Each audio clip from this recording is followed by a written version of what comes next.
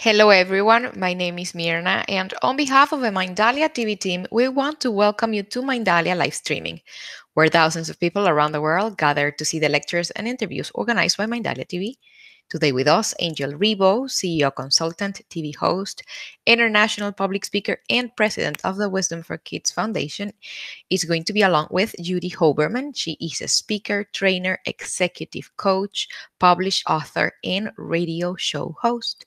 Before starting with them, we want to remind you that Mindalia is a nonprofit organization. Our mission is to share information that can help raise the level of consciousness around the world, and you can help us. Subscribing to our channel, leaving us a positive comment down this video, or sharing it with someone that you know that is going to benefit of the content that we're going to be talking here today. Also, while we are live streaming, like right now, we have the active chat, the screen that you're going to be seeing here on my side. And through there, you can interact with us. You can enter your questions. We just please ask you to follow the format, the word question in caps, and the actual question you have in relation with the conference that we're going to be having today. Last but not least, Mindalia is broadcasting from Monday through Friday in Spanish through Mindalia Televisión, Portuguese through Mindalia TV, no, in Portuguese through Mindalia Televisão, actually. And we want you to join us. We want you to visit our different channels and to join our Facebook page and our Instagram account. I want you to find out exactly what we are developing there, information as beautiful and as interesting as the one that you see daily on Mindalia TV. We also want you to collaborate with us with your own valuable content, with your own wisdom. And for that, you can go to our website. On the top, you're going to find a link that says Collaborate with Mindalia. That link is going to take you to a form that you can fill out, and our technical team will be getting in contact with you. I'm not going to delay this any further, and I'm going to leave you with Angel and Judy. Guys, welcome to Mindalia live streaming. The screen is yours. Thank you. Thank you very much, Mirna. I'm glad that you made such an introduction because today, Judy, we have an extraordinary guest again, right? Excuse me. I think exciting. Okay, good. Now you're unmuted. Excuse me. I know. I was just going to say this is going to be another amazing day with the two of us and a special guest. And whenever you're ready, I will bring them in. Please go ahead. Okay, so our guest today is Jim Steinmark, and Jim has tons and tons of accolades, and he's IT and he's servant leadership and everything. But I call him my whiteboard strategist because whenever I have something that I'm not quite sure of, I use the word S, which is strategy, and I just say Jim S. And he can go and he can take the biggest problems and make them into itty bitty ones, which is really, really helpful for me. He has been in business forever and ever and ever, and he's got more experience than I could possibly list. But one of the things I do want to say is he is a colleague and he is a friend. And those are some of the most important titles that you could give someone. So hello, Jim. Hello, Judy. Thank you for those very kind words. I'm not sure I'm worthy of them. Oh, yes, you are. We never say anything in Mindalia TV that is not true. Right, Angel? Oh, absolutely. Welcome to Mindalia TV, Jim. It's a pleasure to have you. I subscribe all this. I haven't been with blessed with knowing Jim for as long as Judy, but I can definitely subscribe to everything that she said.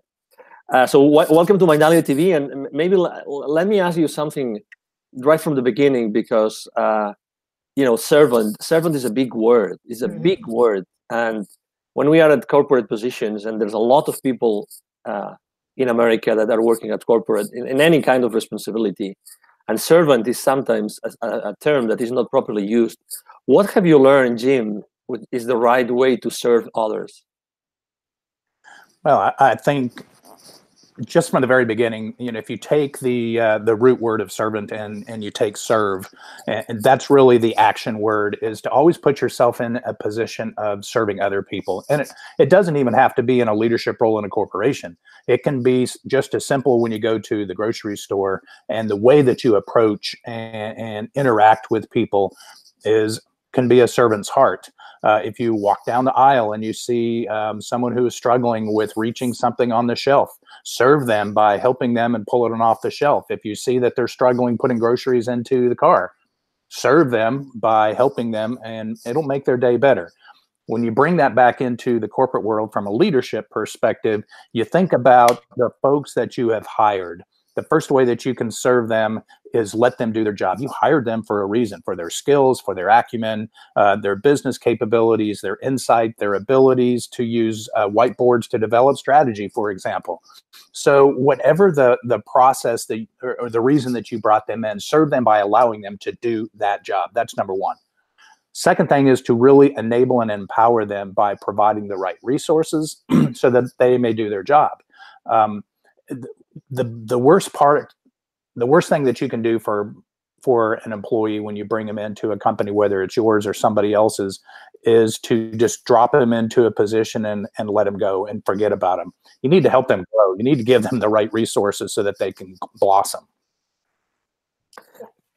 Excellent. So, every Tuesday, we are, talking with people together with Judy about the fact that there's different, groups of people, unfortunately, that they don't get the same kind of opportunities.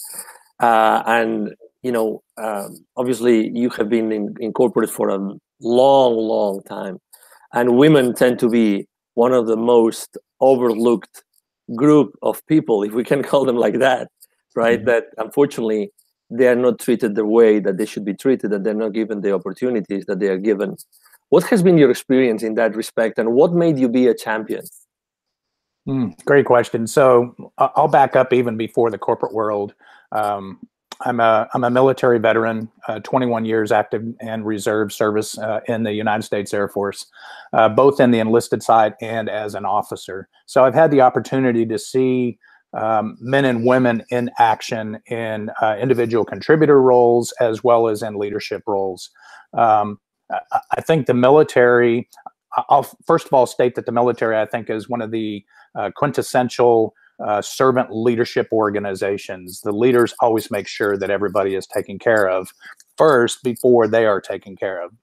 But then when you look at women in leadership and you transition that discussion into the corporate world, it's my corporate experience comes from the IT world, in service delivery, in consulting, in architecture, and for some reason, and I think it's culturally that goes back to the 70s and the 80s, science and technology and engineering and math were all meant and pointed for girls to stay away from that, because that's what boys do and girls do other things. Mm-hmm. So as a result, there's been this lag of skilled leaders in that type of role. So that's number one.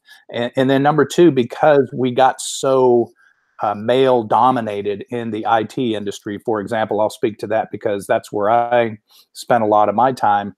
It just, because of the numbers, there were more men in leadership. But when you look at the real true leaders, 20 years ago, 25 years ago, when I got into the industry, there was still a mindset of meritocracy. So everybody should be given an opportunity based on their abilities and their skills, and then based on merit. So true leaders really grab that. One of the reasons that I really champion women, number one, is because I grew up with a very strong woman in my life, and that's my mother. And she always led the family.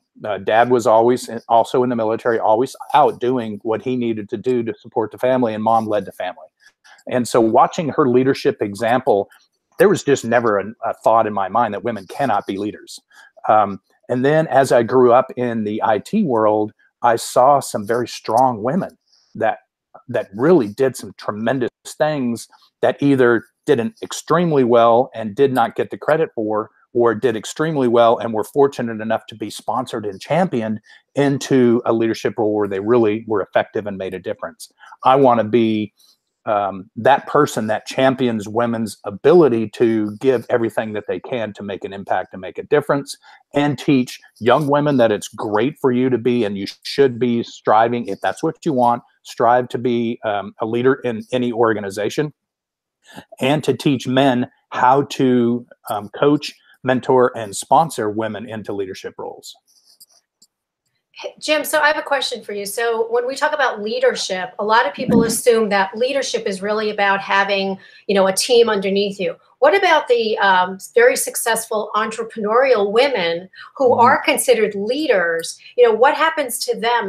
Do they have the same opportunities that maybe somebody in corporate has to get that title to show that they are a leader? How do they stand out as a leader? Yeah, that's a great question. So I always say, first of all, leadership is not a title. That's an action. That is what you are doing to provide direction and to make an impact and to add value. So even as an individual, you can be a leader. You can be a leader of a movement. You can be a leader of a thought. You can, even as a solopreneur, you can still take those skills and that difference to the community or be a volunteer. So there's a leadership opportunity there. What I really like about the women, so I'm married to a very strong woman. I would not have it any other way. She is just a phenomenal leader in and of her own right. I'll just give you one example. We moved to Dallas. We live in Dallas, Fort Worth area from New Hampshire in July of 2011. At that time, Sheila was still working for a company remotely and then realized it's time for her to start out on her own. So she started her own company. Well, I was working for Pro Systems at the time and I was on the road constantly. So here we are, brand new area, just moved here. Sheila gets plopped down in the middle of Dallas, Fort Worth, never lived here, did not have any kind of support system. So just like you were talking earlier on another live event that we were just a part of, you don't complain about the situation. You stand up and you make it happen. And that's leadership. And that's what she did. So she gathered 7 other women in our living room and said, I'm new. I don't know anybody but you 7. I need your help in learning about the area. What can I do to serve you? And they started this girlfriends networking group in 2012. And now 6 years later, there's over 200 women that serve each other in a leadership and a support mechanism. There you go. That's what it's about. What do you think, Angel? Yeah, that's powerful. One of the things I admire the most about Jim, and I was just telling him before the interview, is the way that he champions, his spouse.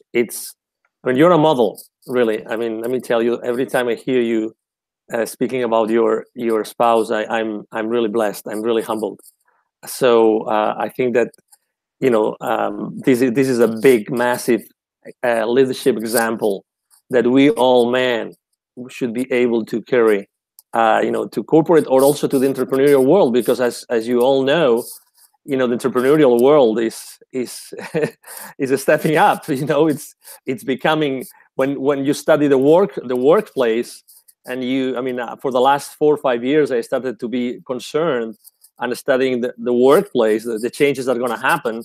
In the future, it's not going to look the same thing that it looked for the last 10, 15, 20 years. It's going to be completely different. And there's going to be a lot of entrepreneurs in the corporate world and serving the corporate world. And again, this word of serving.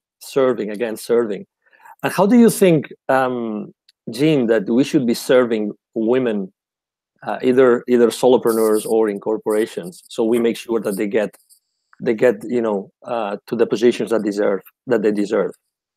Well, I think there needs to be an intentional movement to support women, so that men know that this is something that is acceptable and expected. This, in a corporate world, it is everybody coming together as a working group to serve each other for the betterment and the service of the customer. And when you really think about, I teach a class on customer service, and I just taught a 4-hour session to this credit union.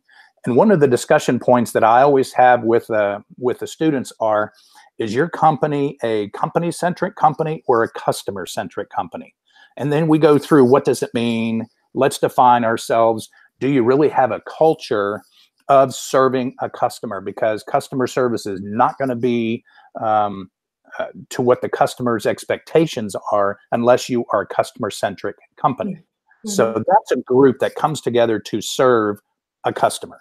If you don't have that customer service foundation, your company it may sell a bunch of widgets, but you're not going to continue to grow. But when you look inside of the company's culture, it must be a culture of growth. It must be a culture of empowerment. And I know a lot of people don't like that word empowerment, but I do. I think it's an action word that really means, what do we do to help each other? Even when people don't ask, you recognize somebody needs some assistance, so you go to help them, or you knock down a barrier, or you give them another set of tools, or you put them into another role that they can serve themselves better, which then in turn serves the customer and the organization as a result. Well, I always said that men and women are totally different, which we are, in almost every single thing that we do. And I remember coming into the insurance world where I was told to get in, get out, and get the check.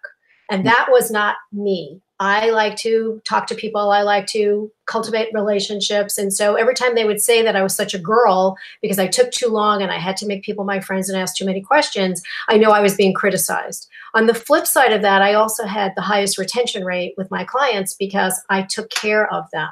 Right. So both of you are, obviously I'm the female and you two are the male. What do you think about not only training and supporting and, advancing women, but what about teaming up with women and understanding how important relationships are? And women have to also understand that men make decisions quicker. What about that kind of combination? Because I totally believe that would be an asset rather than a liability. I agree with you, and I love your tagline, equal, not identical, because it is so true.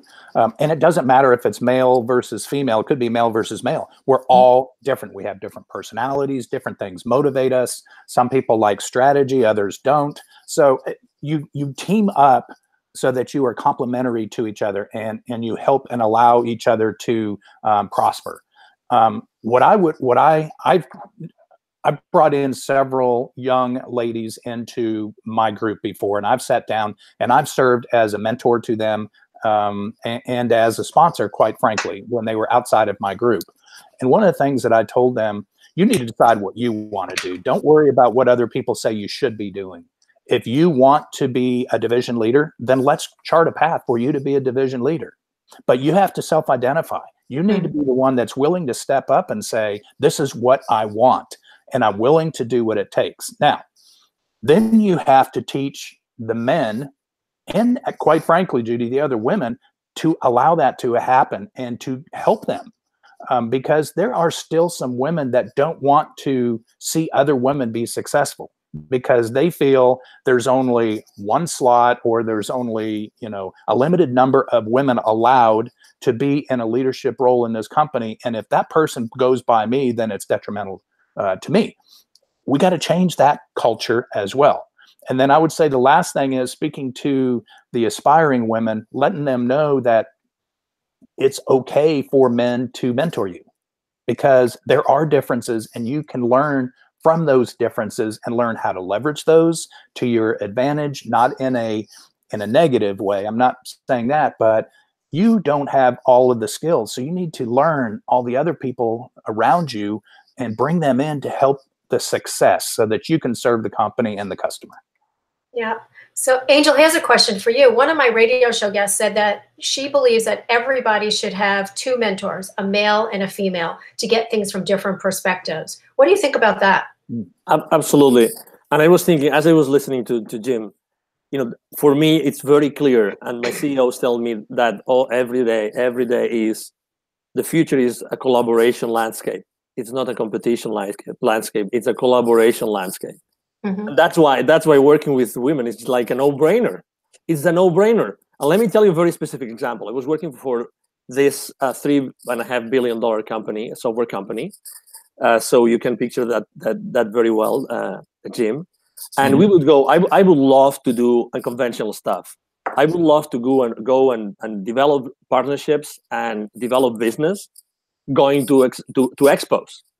Okay, so and nobody was there. None of my competitors was on the expos trying to find clients or partners.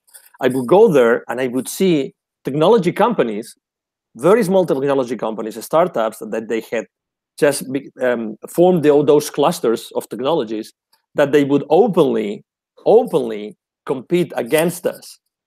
So there you have probably like 4 or 5 different companies that, they probably only were, I mean, they needed only a few thousands of dollars to go to the market, and they were going to the large corporations, like multi-billion-dollar corporations, to solve the same issues, just because they were able to collaborate, the same issues that we were solving for them, for those clients. So I see, collaborating with women like a no-brainer. Right. We have different values, maybe not values is not the way, different skills, different abilities. Right. The way that women look at the same situation, the same issue, the same problem, the same business development activity is completely different.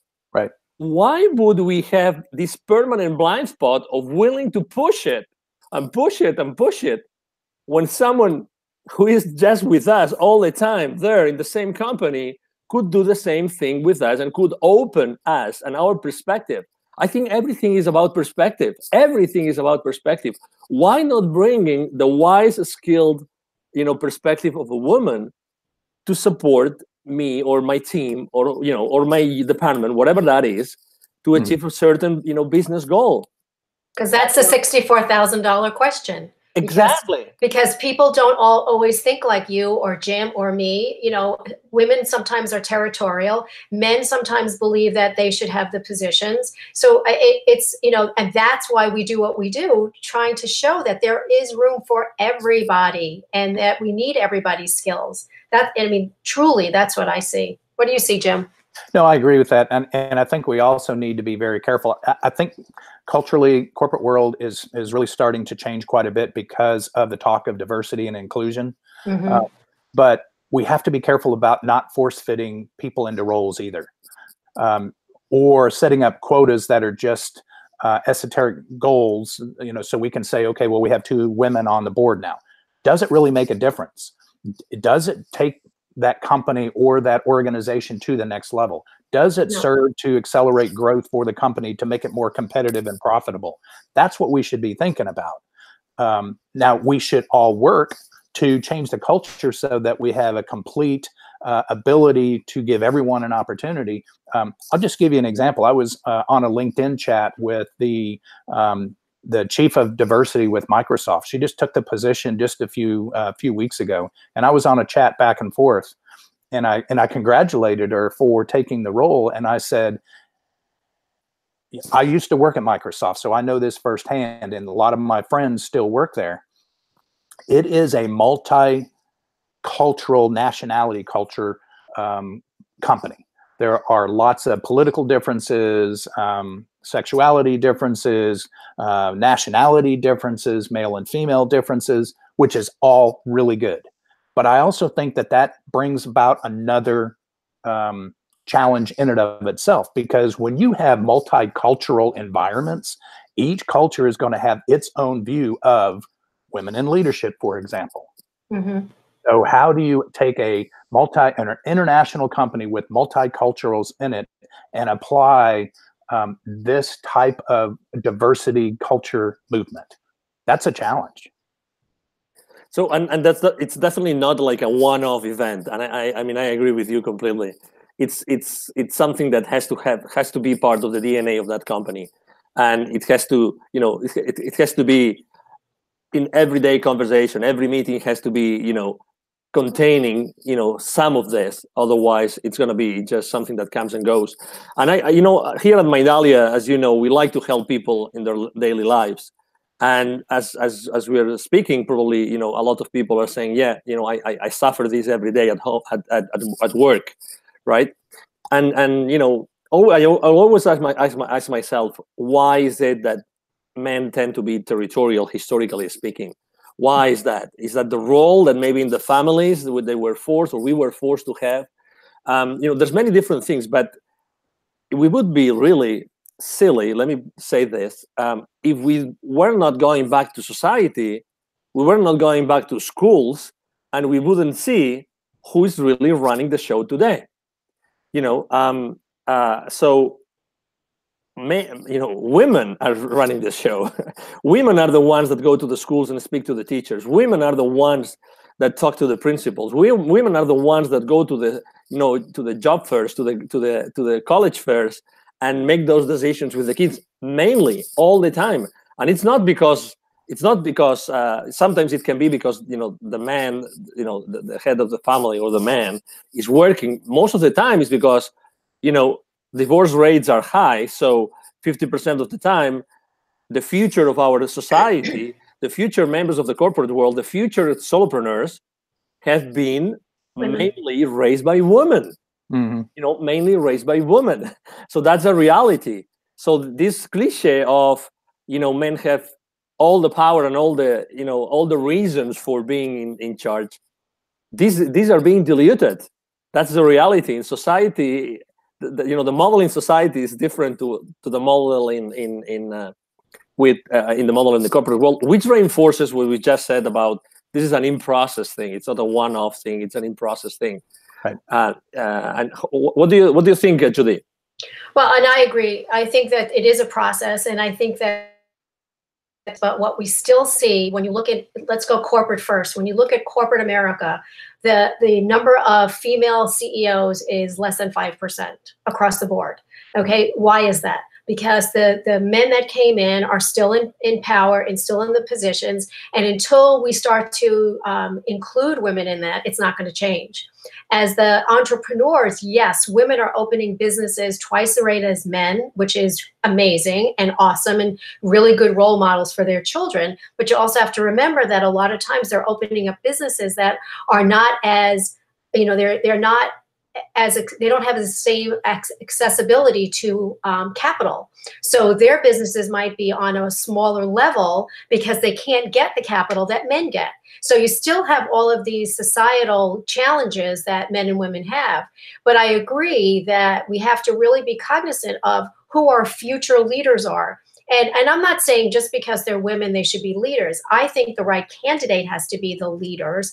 But I also think we have to be really good role models for our children, male and female, so they can see what's available, what can be. And if somebody decides they want to go to a trade school, why not go to a trade school? What's the you know, the barrier for that? If they want to start a business, why not start a business? If they want to go into corporate America, why not go into corporate America? So I think that there's lots of options and more opportunities than there ever were, but we also have to take away the stigma that society puts on us all the time. And that's not changing as quickly as we'd like. It is changing, but it's baby steps, because just imagine that it's 2018, almost 19, and we're still having these conversations. But now the conversations are actually going deeper than they ever were. Right. Jim, do you think that if we consistently started to teach our kids and our husbands in the world to serve, you know, women at home more, that would start changing the landscape down the road? Oh, I think so.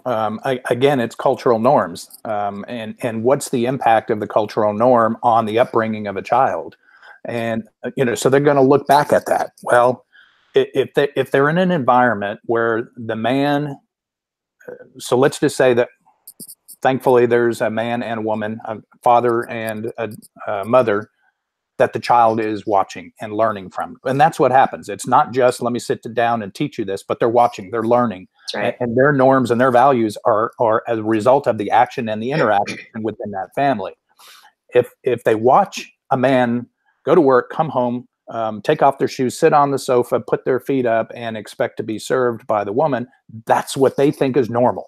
So that's the way that they're probably going to go out into the world.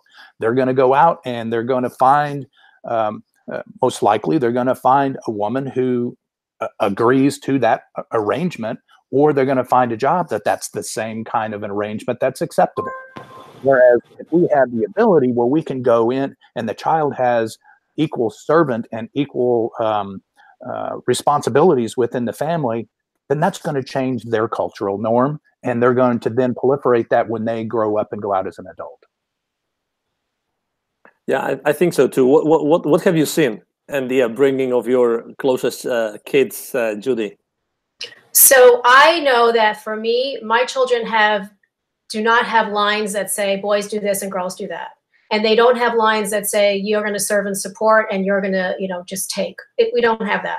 I've always taught my children that there's great opportunities out there. They have to decide what their purpose is and what their passion is, and then they have to go for it. But then they also have to teach others gratitude, and they have to teach others how to be that servant leader, even without the title servant leader. And I have to say that the first time I heard servant leadership, really the title servant leadership, was when I moved to Dallas. And every person that I met in one day said, I'm a servant leader, I'm a servant leader. And finally I said, after the fourth one, I said, what is this thing with servant leader? And they said, oh, we make sure that we take care of others. I said, oh, okay, I've always done that. I just didn't know I had a title as a servant leader.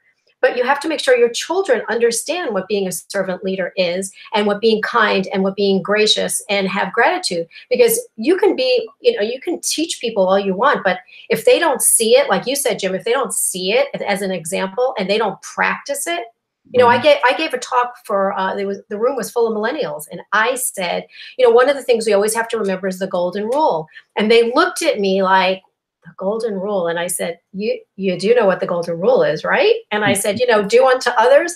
And they all went, oh yeah, because we don't, unfortunately, everybody's so busy and doing so many things and so many activities and driving your kids here, there, and everywhere, that they don't remember what it is to sit down and have dinner, what it is to have a conversation, what it is to be kind to other people. We're missing something over there. And I'm not saying everybody is, because there are lots of people that do it. But I think as a whole, as a society, and I mean, here, I can only speak for the United States, we're missing part of that bonding that dinner brought. Even if it was 30 minutes, everybody was home for dinner.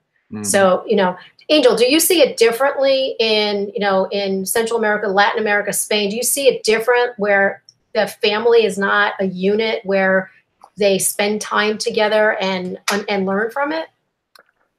What I see is that probably Europe and Latin America are two completely different universes. I would say that family is much stronger probably in Latin America, because typically women work less, the amount, given the fact that, access to college degrees and education in Europe is really, really, really like inexpensive. That means that everybody universally has access to university degrees and education. That means that everybody has access to the labor market. So that means that one of the main goals of women when they're growing up is to have a job and to be fully contributors to the families. But obviously that has a downside, which means I can tell you all of my friends in Spain, all of my friends, and most of them are married, both female and male, they don't spend much time with their kids. So I mean, that's a reality. That's a huge reality, and I see that big time. So how is that going to, or how is that, now that their kids are, in the 20s, let's say, in the, late 15s or early 20s, how is that going to change? I don't know, but that definitely has changed the family unit. Absolutely. And in Latin America is, women have not so much access to education, not so much access to work, and the role of women is very they have to take care of home, and that and again, obviously there's nothing wrong in that. No. There's nothing wrong in that, but because that means that they're very powerful women that stay at home and they take care of everything. Mm-hmm. But very powerful, and they make the big decisions, which has obviously nothing wrong. But as far as the roles go, I think that probably in Latin America we have a lot of still a lot of way to go in order to find that place in which not everybody is openly going to have access to the roles of men and women. I think that those roles still exist. That's what I have seen. Right, but isn't it also partially, priorities too? Because there's different priorities in Latin America than there are maybe in Europe, maybe in the United States. But you learn your priorities from where you are, and those priorities are what you take forward with you, whether it's in a corporate position or entrepreneurial. And there's something that we haven't spoken, I think, the other day or today, Judy, as well, which is, I think that I love the word servant, because servant brings the business conversation to a whole new level. Yes. We're talking about values. We're talking about heart. We're talking about love. We're talking about you actually your golden rule is just that. And so the question I was thinking about asking Jim is, I mean, honestly speaking, who is more ready to be a servant leader? Are male more ready, or are women more ready, if we take into consideration the innate abilities? Mm-hmm. The innate abilities. I think that just for the fact that women are women, oh my God, you know what I'm going to say, right, Jim? I know where you're going with that, Angel. I know where you're going, and I think, and again, it goes back to cultural norms, doesn't it? Because that's the position, and that's in the Western society. That's what happens. Even in the Middle East, I spent quite a bit of time in the Middle East. And if we were to have this conversation about women in leadership in the Middle East, it would be a totally different discussion than it is totally. Yep. in the Western world. And I spent quite a bit of time in Saudi Arabia and the UAE, in Dubai and Abu Dhabi. And it's changing. There's no doubt about it. It's changing. But don't expect the same movement to take hold in the Middle East than it does in the US, for example, or in Europe. I think women in leadership in Europe and the US and Canada and probably in Mexico is going to be a lot stronger and it's going to be on the uptake a lot quicker. But in answer to your question, I think inherently it's going to be women. But if there is a good, solid family unit, again, where there is co-serving within the family, then I think that breaks down, because a male child is going to see a dad being equal in providing service to the family as a female. Mm-hmm.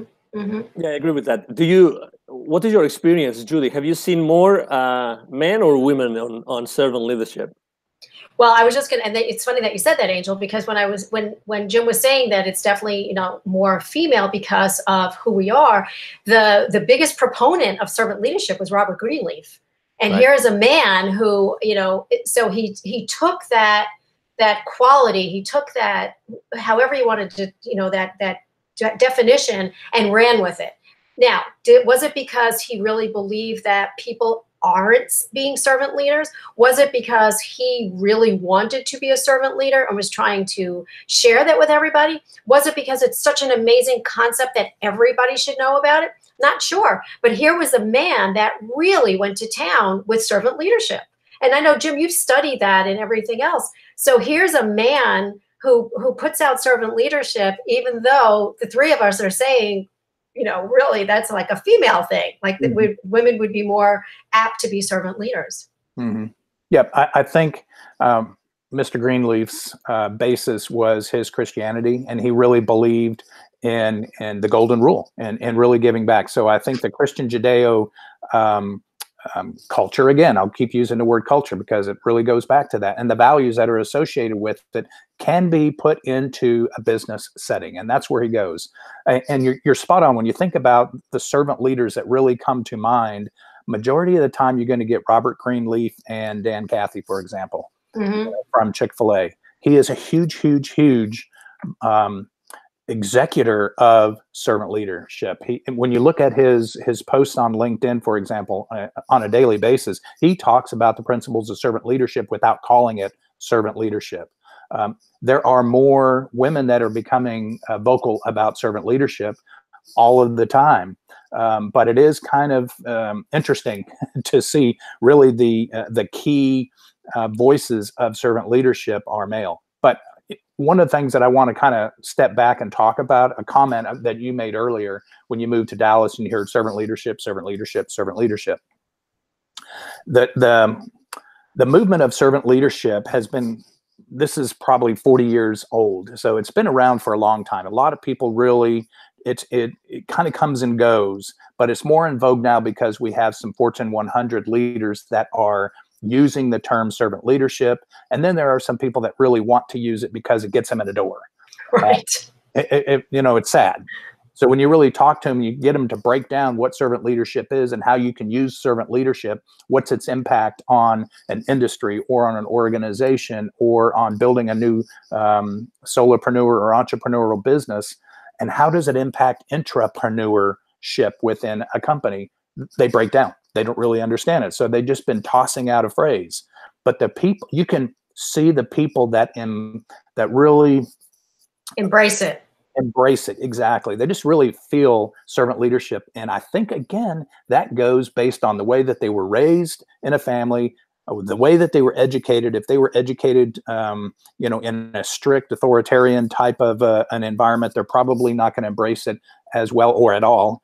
And then when they get into a business culture, if the business culture does not, if they're a true hierarchy of a pyramid of a hierarchy, it's going to fail. Even if you as an individual try to bring about servant leadership, it's going to be very, very, very difficult. So I only say that because I want to say that servant leadership is powerful. It is really very, very strong, and it can make severe impact in a positive way, but it has to be done for the right reasons and the right way. It has to be a grassroots effort, but it also has to come from the top back down, because servant leadership takes a leadership model and flips it on its head.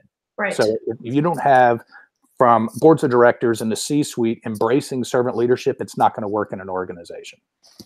And that's true with almost anything. I mean, you have to get the top to buy in. You do. But I have to say that when I heard that day when I really questioned it, I kept thinking maybe it was a Southern thing, because I'm not from the South. And I thought, well, maybe they just use that term, because to me, once I understood that it was the golden rule is really what it's based on, I'm like, we always were taught that. We just never use that terminology. But I agree with both of you that servant leadership is like one of the most important qualities of a leader. And if the top doesn't buy it, and if the top doesn't practice it, it's going to go nowhere. You'll go down maybe one level, but then, it doesn't go down to the people that really need to see it, feel it, and use it.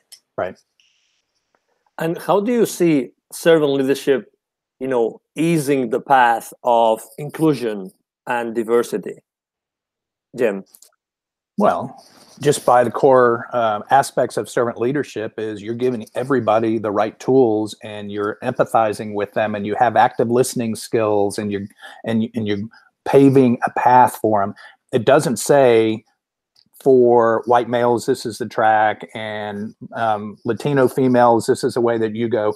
It's all inclusive. So there's just no, you don't have to intentionally apply servant leadership for inclusion. It just happens. That's just part of the value system of servant leadership. Yeah. And could there be like aspects in diversity that maybe, they are so unique that can make it really difficult for everybody to integrate? Cultures, I mean, as you mentioned your Middle East experience, right? And I've never lived there, ever. I just heard things from friends that have been working there or are still working or living there. And I have to say, I mean, there's a few things there. There's a few like principles, values that can be, oh my God, I mean, this is tough for me to accept. Like, I mean, I have a big heart. I can understand everything. I can be compassionate. I can be accepting. But when that comes, I mean, when you are sitting, next to each other in very nearby cubicles, and you come from cultures which are so different, oh my God, maybe it's not that easy. I mean, I heard your answer, but what could we do? I mean, how can we take maybe servant leadership to a whole new level, so we ensure that these very maybe radical, components of diversity can be smoothed out in corporate? Yeah, that's a very difficult question to be able to answer. I will just say this. My belief in servant leadership is it respects the individual and it respects a culture. For me to bring about and say servant leadership from a Western perspective is going to benefit you and your company is wrong. that goes against what servant leadership is. Servant leadership is to allow growth of the individual, to facilitate growth, to give them the resources, the tools, to empathize, to listen, all of the servant leadership principles that Robert Greenleaf put about. If I go in and I start forcing myself and my beliefs of servant leadership and the way a company should be going, then that's wrong. That goes against it. Right. And that's one of the things that I was very, very careful about working in organizations that are owned by Emiratis. They are very culturally, they're just now opening up to Westerners to come in to help them. And to go in and force your culture or your religion or your beliefs on them would shut all of that down, so it'd be counterproductive. So you just have to respect where they are and just be open. But at the same time, listen and be productive in means that benefit them in their culture and their company. Yeah, and you also have to be educated. I think that everybody has to know what the different cultures mean and what they follow or whatever. Doesn't mean you have to be converted to something else. It just means that you know that we don't celebrate this, or you know that it's not proper for man and woman to shake a hand. You have to know some of these things. And I think that the culture is really important. If you're going to be inclusive, you have to be able to understand everybody else. It doesn't mean you have to follow it. It doesn't mean you have to agree with it. It just means that you have to be respectful. And I think that's a big point that we have to make sure we understand with it when we talk about inclusion. Right. It's, to my mind, again, I try to bring this down to the lowest level possible, which is the daily life of people who are watching us. That's right. And you know something that was coming continuously to my mind while I was listening to you two with my question was tough love, tough love, tough love. Don't you think that we should have this tough conversation? You know, we should sit on the same table and have this tough conversation with culturally diverse, and the more like, let's say, according to our upbringing, the more extreme or distant from our upbringing. Don't you think that we should have this tough conversation, very honest, respectful, tough conversation of we know there's differences, and those are the differences, and maybe this is really like frustrating me, or this is like maybe even hurting me because of the way I was raised and I was educated. Don't you think that this human part of these conversations maybe is also lacking today in when those conversations, when business conversations are taking place? What do you think, Jim? I don't think it's going back to my experiences in UAE in the Middle East.